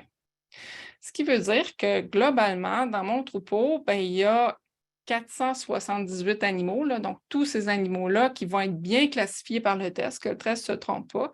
Puis il y a 22 animaux sur mes 500 qui vont être mal classifiés. Ici, c'est un problème parce qu'on a 2 animaux qui vont avoir un test négatif et qui sont toujours porteurs du virus. Donc, ces 2 animaux-là vont possiblement poser un risque pour les autres animaux du troupeau. Puis, on en a 20 aussi qui, si on est dans un programme de contrôle, qui vont probablement être réformés pour rien. Mais globalement, parmi les 118 qui ont un test positif à l'ELISA, la très grande majorité des moutons qui vont être réformés vont vraiment être des moutons infectés. Si on continue avec cet exemple-là, donc le producteur fait partie d'un programme de contrôle, décide de réformer les animaux positifs et de les remplacer par des agnelles qui viennent de brebis négatives. Quelques mois plus tard, la prévalence réelle d'animaux infectés dans le troupeau est plutôt de 2 %. Donc, on va remplir à nouveau le tableau. On a toujours nos 500 animaux, mais maintenant, au lieu d'en avoir 20 % on en a seulement 2 %, ce qui fait 10 animaux positifs dans le troupeau. Il en reste 490 qui sont réellement pas infectés. Test encore. Donc, parmi les 10 animaux qui sont réellement positifs, le test devrait en détecter 9,8. Évidemment, on ne peut pas avoir 9,8 moutons, là. Ça veut dire que dans la majorité des cas, il va toutes les détecter. Mais dans certains cas, bien, il va en manquer un ici. Probablement dans un troupeau sur 5, il va en manquer un ici. Et ça là, c'est quand même important. Là. Ça fait partie des défis des très gros troupeaux. Parce que si on fait x10, là, si on n'a plus 500 moutons, mais on a plutôt 5000 dans le troupeau, c'est qu'on a 100 infectés, c'est qu'il y a bien des chances qu'ils vont en rester ici, là, des pas détectés, probablement 2 dans ce cas-là. Vous voyez, donc plus le troupeau est gros, plus ça devient un défi. Si la spécificité du test est 95 %, donc la majorité des animaux négatifs vont être détectés comme ayant un test négatif, ils vont en rester un peu. Puis là, vous voyez, là, il y a quand même quelque chose ici qui se passe. Parce que si on regarde nos moutons qui ont un ELITEST positif, il m'en reste 34 avec un ELITEST positif. Mais là, proportionnellement, vous voyez, j'ai de moins en moins de moutons qui sont réellement infectés, de plus en plus d'animaux ici qui ne sont pas infectés.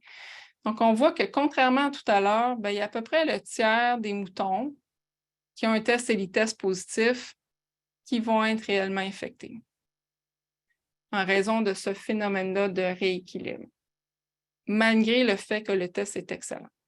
Là, ça ici, ça va vraiment... Ça pose un défi, là, quand même. Pourquoi il y a des faux positifs? Pourquoi il y a des faux négatifs? Un faux positif, test faux positif, c'est un test qui est positif chez un animal qui n'est pas infecté. Ça pose surtout un problème dans des fermes qui ont un statut assaini parce que ça peut entraîner une perte de statut. Pourquoi il y a des faux positifs? La raison la plus connue, c'est vraiment la présence d'anticorps maternels. On sait qu'une brebis qui est séropositive va transmettre ses anticorps à son agneau et ces anticorps-là vont être détectables dès le premier jour d'allaitement. Chez des agneaux qu'on va laisser naturellement avec leur mère jusqu'à 8 mois, jusqu'au moment qu'ils vont se sevrer naturellement, bien, ces anticorps-là maternels peuvent être détectables jusqu'à 12 mois. Basé là-dessus, il y a quand même une recommandation assez récente qui dit qu'on devrait attendre 4 à 6 mois après le sevrage pour tester, pour être sûr qu'il n'y ait plus d'anticorps maternels. Est-ce qu'il y a d'autres raisons aux faux positifs? Probablement. La vérité, c'est qu'on ne sait pas pourquoi il y a aussi parfois des faux positifs. Faux négatif, c'est un test qui est négatif chez un animal qui est infecté. C'est surtout problématique dans le cadre du processus d'assainissement parce que ce sont des animaux qu'on ne détectera pas et qui vont pouvoir continuer à transmettre l'infection. Pourquoi que des fois, il y a des faux négatifs? Ben, parce qu'il y a une séroconversion donc, qui est lente, c'est-à-dire que ça prend quand même du temps avant que l'animal développe suffisamment d'anticorps pour qu'ils soient détectables par le test. Dans certains cas, il y a vraiment une faible réponse immunitaire de l'animal au virus. Dans d'autres cas, c'est parce que le test n'a pas beaucoup d'affinité pour la souche qu'on utilise. Puis, il y a aussi le phénomène de latence. Là. Comme je le disais tantôt, le virus, il se cache à l'intérieur des cellules. Fait que tant qu'il reste caché, il ne stimule pas beaucoup l'immunité de l'animal. Donc, ça aussi, ça se peut. Poules, dans certains cas, on peut utiliser des poules. Si les poules, par exemple, ici, là, sont formées.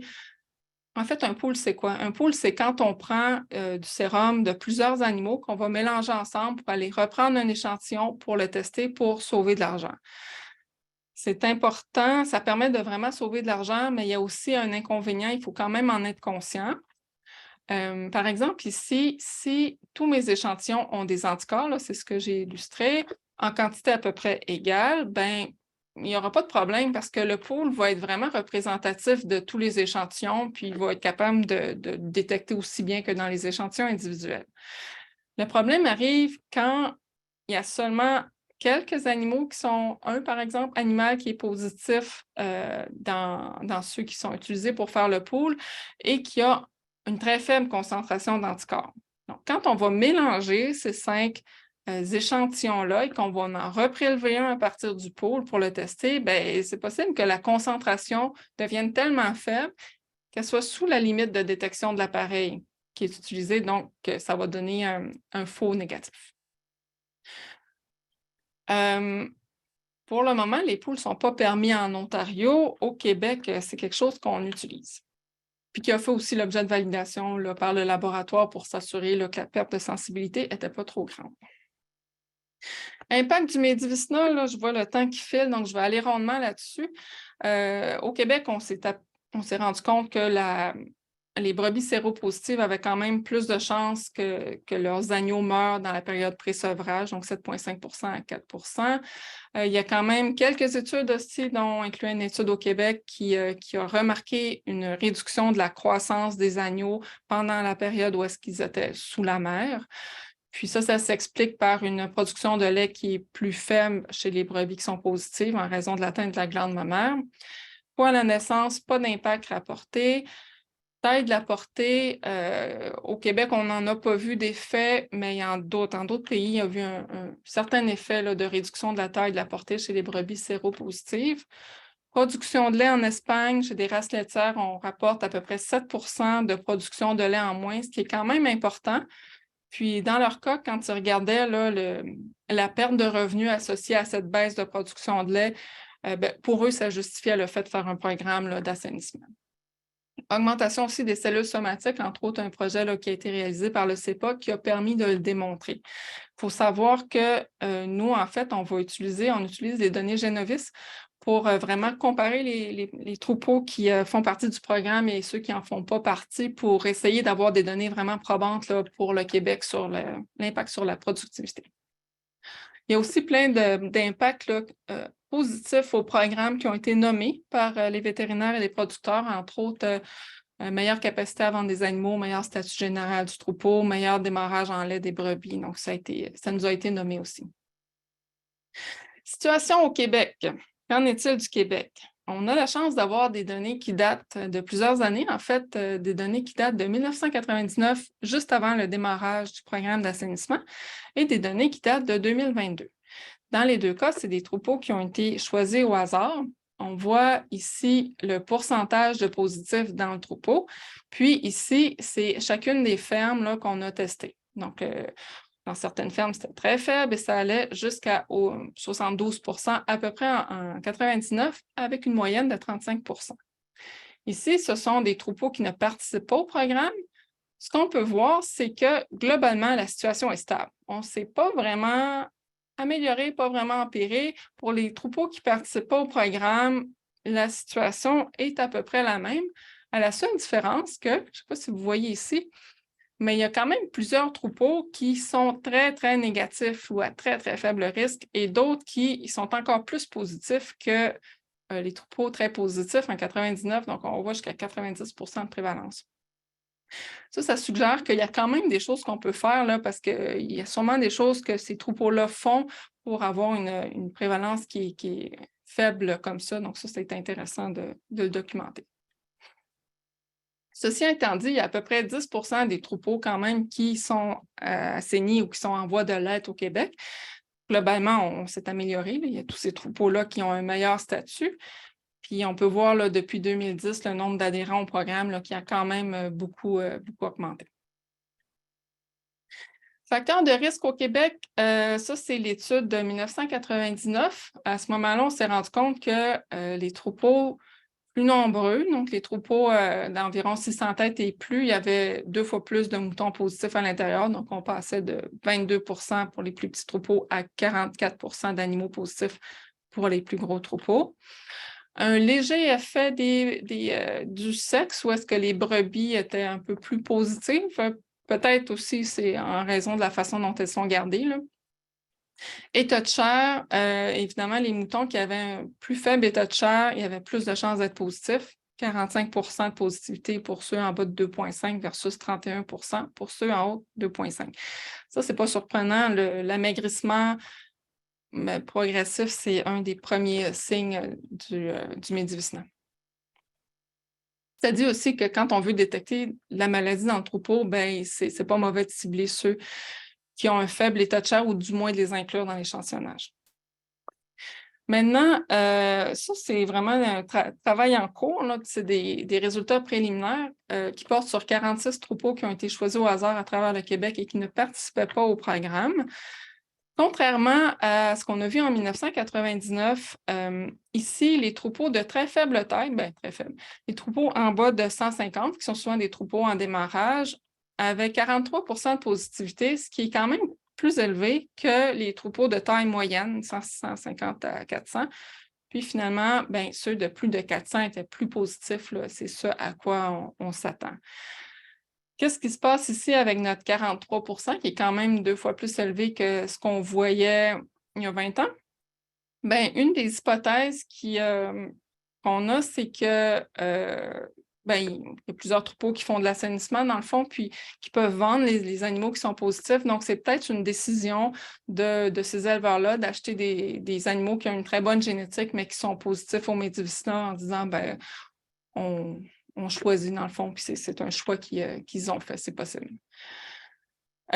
Aussi, ceux qui achètent seulement des animaux de remplacement provenant de troupeaux assainis, ce qu'on a vu, c'est que dans ces troupeaux-là, il y avait quand même une prévalence qui était moins élevée. Donc, il était à 25 de prévalence en moyenne. Certains étaient vraiment très faibles dans leur prévalence.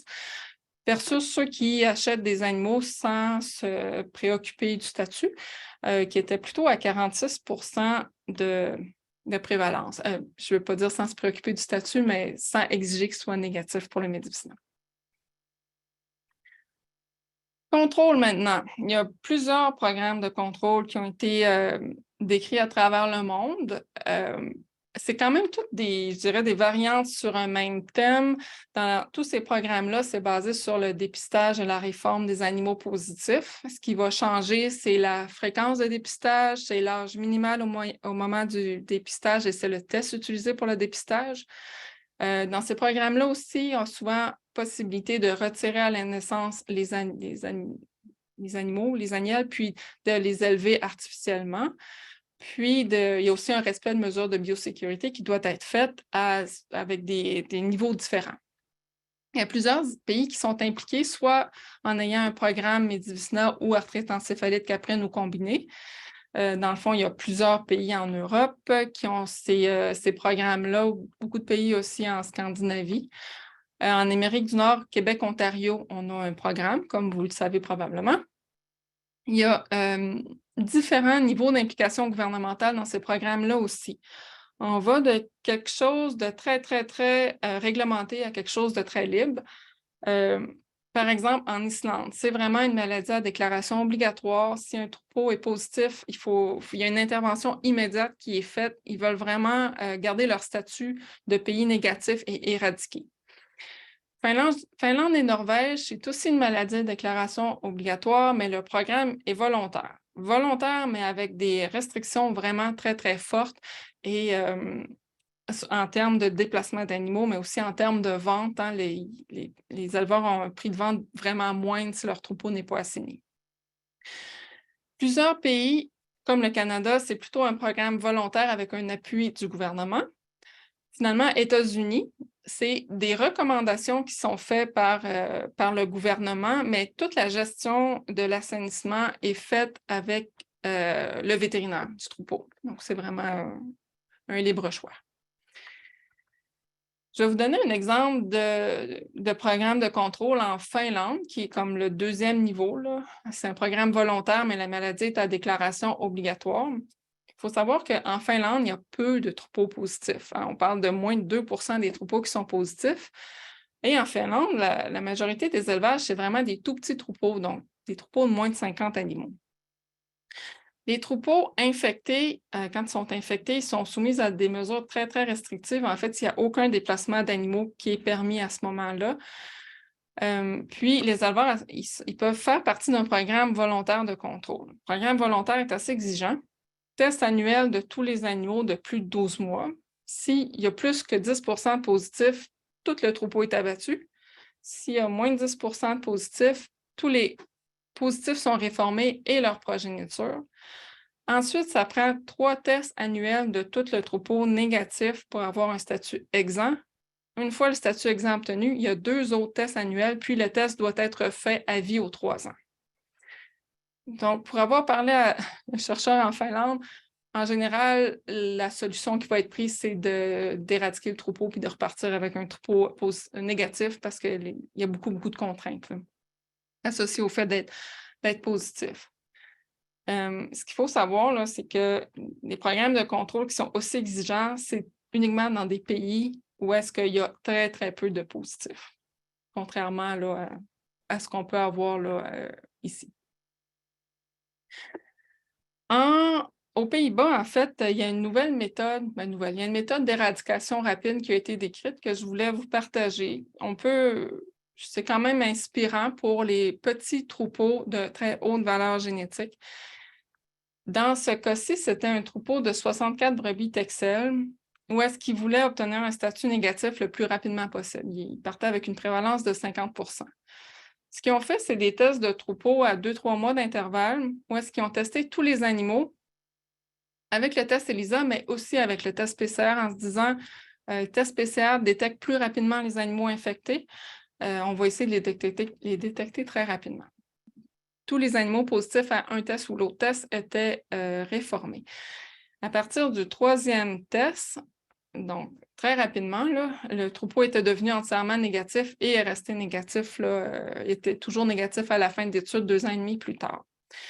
Puisque ce que ceux qui ont fait ça trouvaient intéressant en ajoutant la PCR, c'est que ça a permis de détecter précocement 9 animaux au PCR, en fait, avant qu'ils deviennent positifs à l'ELISA et de les éliminer à ce moment-là du troupeau. Puis aussi, ça leur a permis de sauver 2 agneaux qui, à 6 mois, avaient des anticorps maternels, mais un test PCR négatif. Donc, ils ont continué à les tester, puis ils sont redevenus négatifs, puis ils sont restés toujours négatifs là, après ça. Ils trouvaient ça intéressant parce que 2 agneaux avec une très, très haute valeur génétique, c'était quand même pour eux là, quelque chose à souligner. Vaccin, pourquoi il n'y a pas de vaccin? Parce qu'il y a d'abord une très grande variation génétique dans les souches, il y a des mutations constantes, je l'ai dit souvent. Les anticorps ne sont pas vraiment efficaces parce que le virus reste caché, puis les anticorps arrivent, en fait, ils sont d'aucune efficacité pour le virus qui est caché dans la cellule.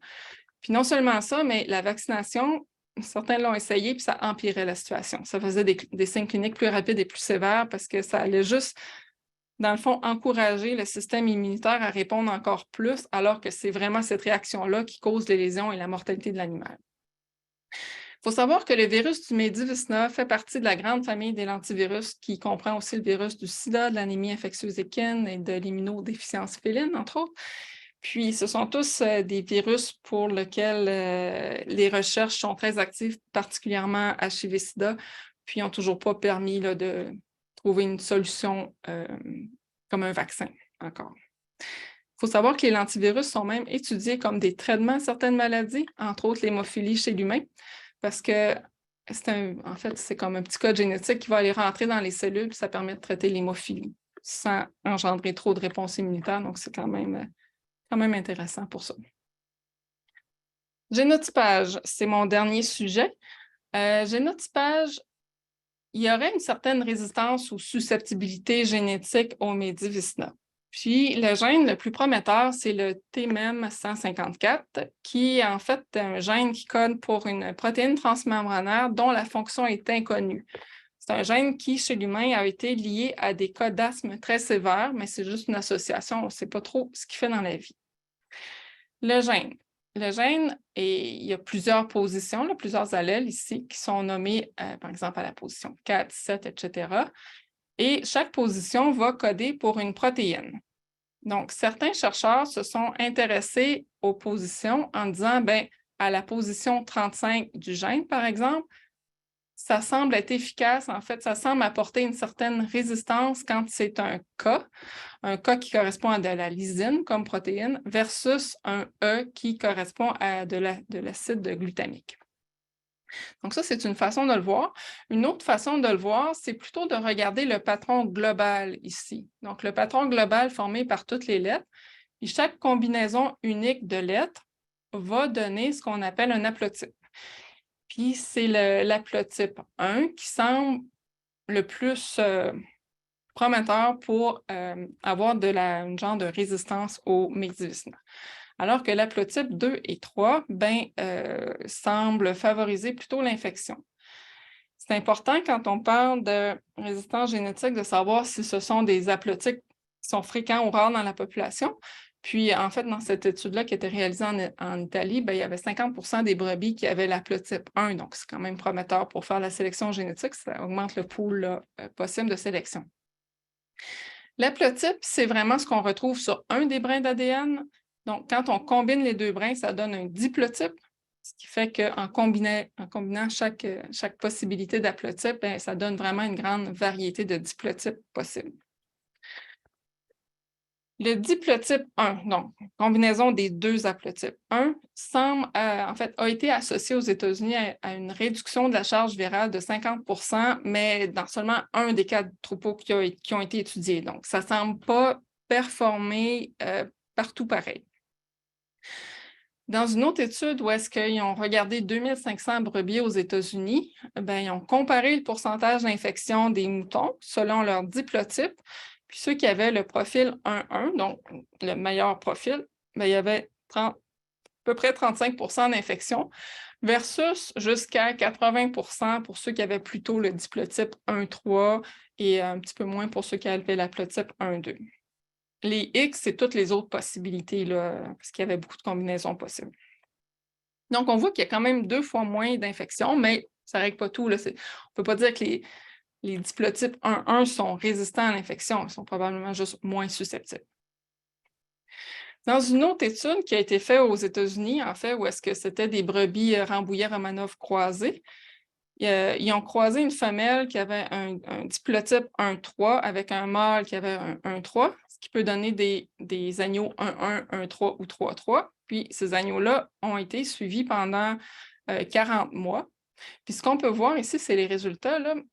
Ceux qui avaient le profil 1-1, il y avait seulement 10% des agneaux qui sont devenus positifs en bout d'étude versus 90% pour ceux qui avaient les autres profils génétiques. Donc, on peut voir que c'est différent des résultats de l'étude d'avant, mais on voit quand même que c'est sûr que probablement que l'effet diffère là, selon les troupeaux.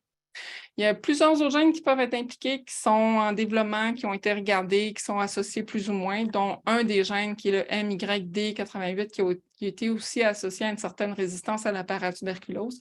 Donc, c'est quand même tous les développements que ça va être intéressant de les suivre dans le temps. Il faut quand même, peut-être un bémol au génotypage, on ne sait pas s'il existe en fait, peu importe quel type de sélection génétique on fait, c'est important de savoir s'il y a une corrélation entre la résistance aux maladies et les caractéristiques de production. C'est sûr qu'on ne sait pas là, pour le moment, est-ce que ce gène-là si on sélectionne pour ce gène-là, est-ce que ça va être au détriment de d'autres caractéristiques qui sont souhaitables pour la production? Tout ça, c'est pas encore connu.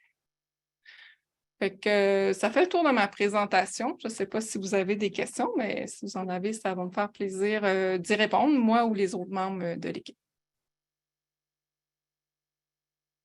Merci beaucoup, Julie.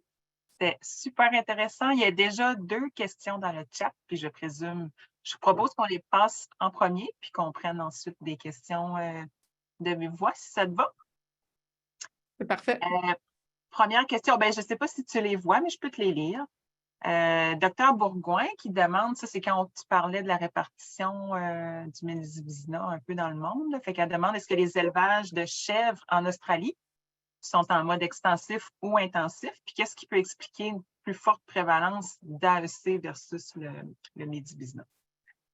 C'est une excellente question. Je ne pense pas qu'il y ait d'élevage mixte AEC, d'élevage mixte mouton-chèvre en Australie, là.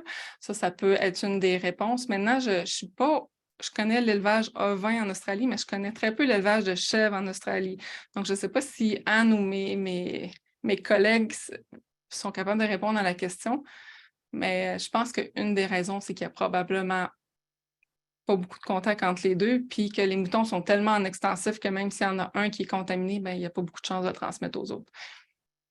Peut-être que je ne connais pas vraiment l'élevage en Australie au niveau des chèvres, là, mais si c'est principalement des chèvres laitières, c'est sûr qu'elle la traite. C'est un moment dans la vie où la distanciation est peut-être beaucoup moins possible qu'au pâturage. C'est peut-être pour ça qu'il y en a un peu plus qu'il y en a au niveau de la chèvre, mais je dis juste peut-être. Question intéressante à fouiller. Merci. Docteur Bourgoin, j'espère que ça répond à votre question. Sinon, vous pourriez ouvrir votre micro. Ensuite, Docteur Ouellet, il dit quelle est la valeur relative du colostrum bovin versus celui des brebis? Même chose pour le lait, même question un peu pour le lait. Est-ce que le lactoremplaceur pour ovin est disponible et devrait-on supplémenter le colostrum de vache avec un colostrum ovin, je présume, pour augmenter la concentration en immunoglobuline? Il y a quelques questions, puis sûrement Gaston va pouvoir t'aider aussi dans ce... Oui, je vais transférer à Gaston qui a plus travaillé là-dessus que moi. Bon, c'est certain que quand on parle de valeur, là, on ne peut pas, au niveau transfert immunitaire, là, on ne peut pas comparer le colostrum ovin au colostrum bovin. En fait, ce n'est pas le même type d'anticorps. Ce qu'on veut, c'est un bon niveau de protéines, une bonne supplémentation, puis d'être certain qu'on a suffisamment les éléments nutritifs pour que l'agneau survive. Par contre, moi, depuis, je dirais une couple d'années, je ne suis pas très en faveur du colostrum bovin, mais si on utilise du colostrum bovin, d'après moi, il faudrait le thermiser. Je dirais, si on se reporte aux études qu'on a faites sur la qualité du lait, on a beaucoup de staff aussi au niveau des moutons. Le lait, lait de vache, il y en a du staff aussi. Ça fait que ça m'inquiète. Aussi, au niveau de l'appareil tuberculose, ça m'inquiète aussi. Fait que finalement, moi, ma recommandation, si vous avez du colostrum bovin, thermisez-le. Fait que là, tant qu'à thermiser, peut-être aussi bien thermiser du colostrum ovin. Ça, c'est un de mes commentaires, mais aussi, tant qu'à ça, on est peut-être mieux d'utiliser du colostrum commercial en poudre, au moins qu'il y a une valeur au niveau des IgG constante.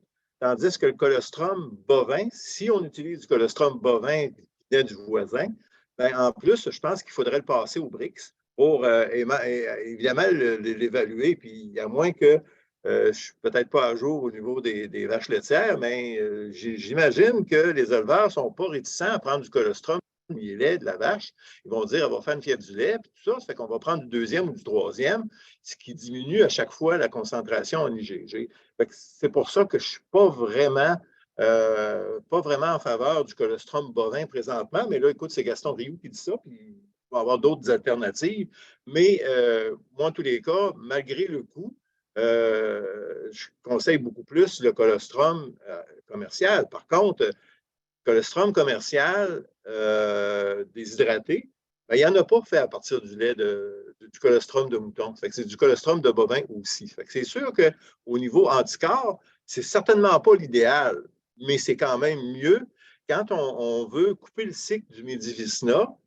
Puis, c'est quand même intéressant ce que Julie disait, que les transmissions in utero, c'est entre 5 à 10 Quand on a des troupeaux qui font le sevrage à la naissance avant la prise de colostrum, ben, c'est à peu près ça qu'on rencontre après 6 mois de séropositivité au niveau de ces agneaux-là. C'est à peu près 5 je dirais souvent, on peut voir. C'est à peu près à ça qu'on s'attend. Ben, on disait, oui, c'est peut-être déjà une contamination in utero ou est-ce qu'il a pris une première tétée avant que l'éleveur s'en rende compte? Fait que c'est un peu tout ça qu'il faut, mais je pense qu'à partir du moment par rapport à ce qu'on a déjà eu comme étude, à partir du moment qu'on donne les quantités adéquates au niveau du colostrum commercial, on arrive à des niveaux, au niveau de l'agneau, quand même corrects. Au niveau de ça.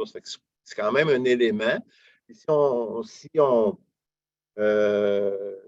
on regarde aussi, on mentionne dans les conseils que souvent, s'il y a plus que 2 agneaux, ben, les brebis n'ont pas la capacité de production de colostrum pour suffisamment en donner à leurs agneaux. Donc, on conseille, en plus de la prise de colostrum de la mère, quand elle est séronégative, idéalement, c'est de supplémenter avec du colostrum déshydraté. Puis, ce que les commentaires qu'on a des éleveurs qui le font, on a quand même des effets positifs au niveau de la diminution de la mortalité néonatale. Je ne sais pas si ça répond à ta question, Gilles.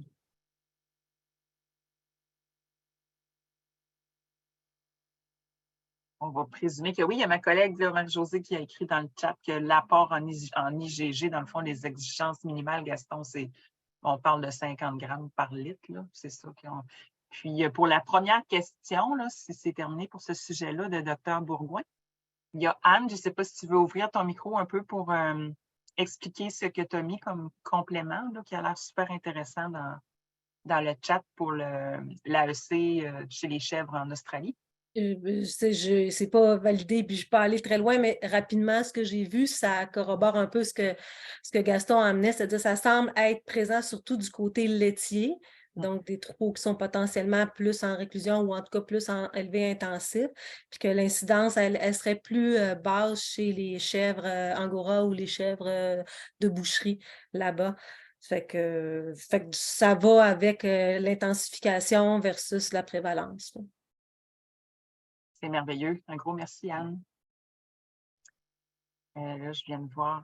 C'est Dr. Ouellet qui dit merci, Gaston. Moi, je dirais, je peux faire un commentaire puis peut-être une réflexion par rapport à Julie, ce que tu mentionnais. Il y a 2 choses qui m'ont frappé, là, beaucoup plus que ça, là, mais entre autres, je me disais, il y a certaines études qui mentionnent que la prolificité ou la fertilité est moins bonne au niveau des brebis positives au Medivicina. Puis quand tu as dit, quand l'embryon est infecté plus tôt dans la gestation, il meurt. Ça explique peut-être en partie pourquoi on a, dans certaines études, ce taux de prolificité-là ou d'efficacité un peu moins bonne. Ça nous encourage aussi, c'est un élément majeur. Bien, majeur, en tout cas, c'est un élément à considérer. Puis l'autre élément à considérer, ce qui m'a frappé, c'est la séroconversion qui peut prendre jusqu'à 15 mois sur des brebis infectées naturellement. Puis ça, bien, ça sera des questions, des interrogations qu'on aura dans les modifications de programme, parce que présentement, c'est 2 tests à 60 et 90 jours d'intervalle. S'il est négatif, il peut introduire le troupeau.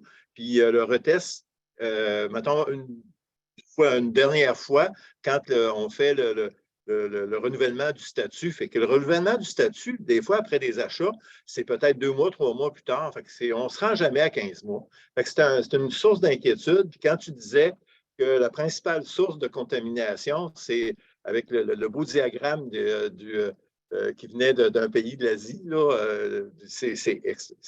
en fait, c'est questionnant par rapport de ce qu'on fait déjà présentement au niveau du programme. Merci. Effectivement, puis en fait, c'est des données qui sont basées d'un modèle mathématique, un seul. Ce serait vraiment intéressant de pousser plus loin. Puis pour essayer d'avoir des données là-dessus, l'enjeu avec ça, c'est quand on n'est pas en infection expérimentale, c'est très difficile de savoir à quel moment l'animal s'est infecté pour de vrai, pour le suivre dans le temps, puis voir ça prend combien de temps avant qu'il détecte des anticorps. Fait que c'est vraiment un enjeu, mais ce serait important d'avoir plus de données là-dessus parce qu'effectivement, ça a beaucoup d'impact pour un programme.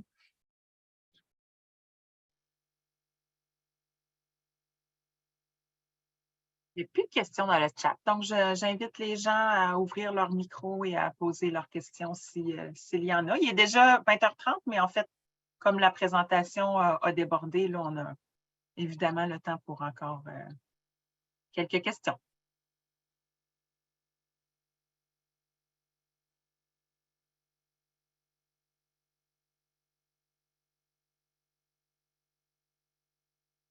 Je crois qu'il n'y en a pas, Julie. Dernière chance. Ah! Amélie Blanchard. Je suis surprise par le résultat où seulement 19% des agneaux provenant des brebis positives et élevées sous la mer sont positifs à 300 jours. Dans le cas d'un assainissement de troupeaux, serait-il envisageable de tester les agnelles provenant des brebis positives autour de 1 an, par exemple, lorsque les anticorps maternels sont évacués?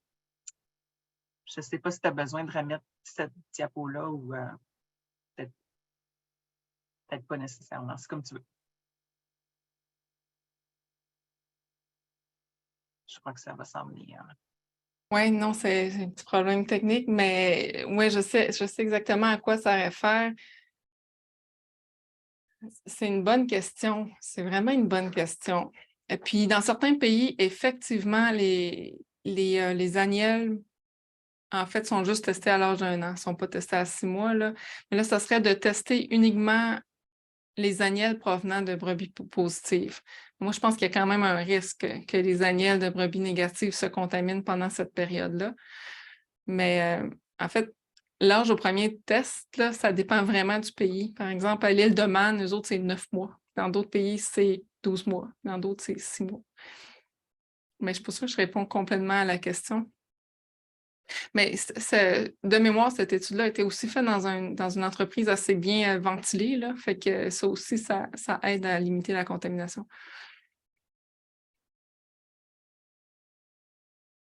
Puis quand on a la problématique, là, ce qui m'a aussi interpellé, c'est quand tu disais qu'il y a des souches qui vont plus contaminer par le colostrum, puis d'autres qui vont plus contaminer durant, j'imagine, par les aérosols. Fait que jusqu'à quel point dans cette étude-là, les 19%, est-ce que c'est quelle souche de virale qui était en cause? On ne sait pas. Puis même ce tropisme-là, c'est une hypothèse plus que ça semble suggérer ça. Toutes les données semblent pointer vers ça, mais ça n'a pas été tant que ça quantifié, là. Puis ça aussi, ça fait partie des domaines de recherche vraiment intéressants. Merci Julie et Gaston. Pas d'autres questions dans le chat. Dernière chance pour une question au micro. Catherine, Oui. comme il n'y a pas de questions, moi, j'aimerais ça en poser une aux personnes qui sont présentes, que ce soit des vétérinaires ou des éleveurs. Est-ce que, ben, en tout cas, moi, j'applaudis le travail que Julie a fait pour mettre la main parce que c'est une somme énorme de littérature qui nous a été présentée ce soir. C'est extraordinaire d'avoir accès à ça. Mais, puis Gaston, il l'a fait ressortir. Ça apporte des connaissances qui nous emmènent à questionner, encore une fois, ce qu'on fait, ce qu'on a fait, puis ce qu'on va faire. Je me demandais, vous, éleveurs, vétérinaires et autres personnes, est-ce que vous êtes un peu étonnés, pas chambranlés, mais est-ce que ça emmène comme un questionnement nouveau chez vous là, d'avoir eu accès à ces nouvelles informations-là?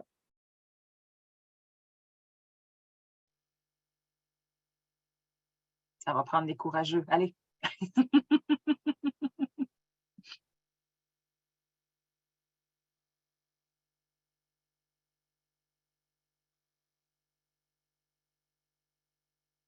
En fait, Catherine, si personne se lance, puis peut-être qu'il y a aussi des choses à digérer, ben là, il y a Gilles Ouellet. On va le laisser, on va l'écouter. En fait, Dr. Ouellet, il est allé par écrit. Il a dit, il y aura toujours des limites. L'important, c'est de les repousser. Fait que Oui, c'est bon. ça nous amène sur une belle note de la fin. Puis de pas, tu sais, on dit toujours dans d'autres occasions, je vais toujours dire, le statu quo, c'est plus une option. Fait que je pense que c'est ça. Puis par rapport à ce qui a été fait jusqu'à maintenant, puis par rapport aux discussions qu'on aura dans le futur, dans tout ça, c'est de ne pas avoir un programme qui est stationnaire, puis de toujours s'accrocher à la recherche, puis qui est déjà fait dans d'autres pays. Puis peut-être que nous, ça nous donne des opportunités d'idées de recherche pour le futur aussi, pour que le programme soit encore plus adapté à la réalité québécoise. Je me permets peut-être, avant de me taire, là, de dire que je vais porter un autre chapeau. C'est bien certain que les vétérinaires qui sont présents, c'est des heures qui peuvent être créditées pour votre formation continue au niveau de l'Ordre des médecins vétérinaires. C'est vrai. Merci, Gaston. Allais-tu dire quelque chose, Anne, tantôt, avant que je lise le commentaire de Dr. Ouellet? Ben, j'allais juste dire là, que peut-être qu'il y a des choses, des gens qui vont digérer un peu tout ce qu'ils ont reçu ce soir, puis que toute question, commentaire, impression, ben, ça peut arriver par la suite, par courriel ou en communiquant avec l'un ou l'autre des personnes présentes, là, mais faisons vivre un peu ce qu'on vient de recevoir, là, parce que c'est riche, riche, riche. Je suis d'accord. Merci, Anne. Je crois que ça va être le mot de la fin. Sur la dernière diapositive de Julie, vous avez revu là, le prochain webinaire qui va être beaucoup plus de type consultatif sur l'avenir du programme, où on vous invite en grand nombre. On va en refaire évidemment la promotion d'ici septembre.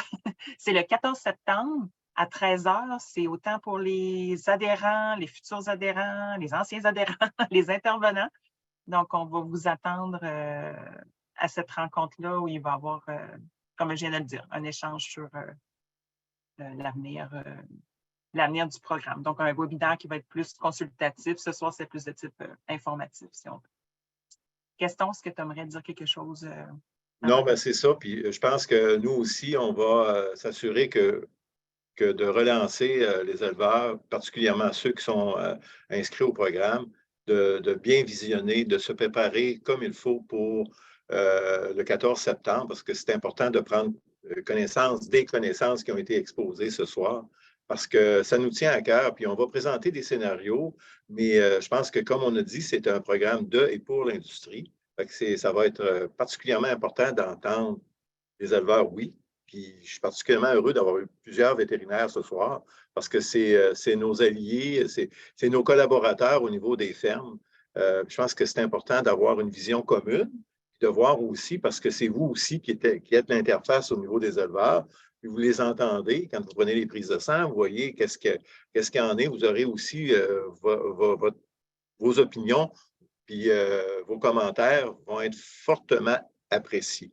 Parce que c'est pas, je dirais personnellement, ce n'est pas un programme facile à coordonner nécessairement. Il y a plusieurs impacts là-dedans. Fait qu'on veut qu'il soit bien adapté puis qu'il soit utile pour l'industrie parce qu'il est pour vous. Oui, il est volontaire. C'est important de dire que c'est un programme volontaire. Il n'y a pas personne qui est obligé d'y adhérer, mais par contre, il faut qu'il corresponde à la réalité de vos entreprises et à la réalité de votre pratique aussi là, pour qu'on puisse bien se coordonner ensemble. Puis merci encore pour tout le monde. Puis merci à Julie de tout ce travail-là que tu as fait. C'est extraordinaire. Oui, merci à tout le monde pour votre présence. Et là, j'allais répéter tout ce que Gaston vient de dire. Un immense merci à Julie pour ta belle présentation. Puis, on va se laisser sur ça, je crois. Fait que, une bonne soirée. Merci à tout le monde.